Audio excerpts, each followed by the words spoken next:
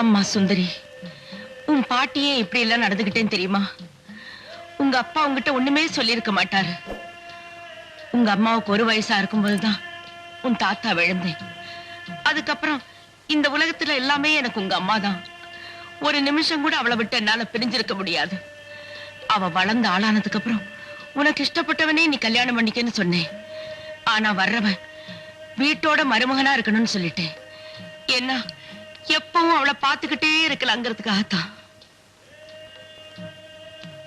எல்லாத்தையும் ஒத்துக்கிட்ட உங்க அப்பா கல்யாணம் ஆன மறுநாளே என் மகளை எங்கிட்ட இருந்து பிரிக்க ஆரம்பிச்சிட்டாரு. எங்கெங்கயோ கூட்டிட்டு போவாரு. 7-8 நாள் கழிச்சுதான் திரும்பி வருவாங்க.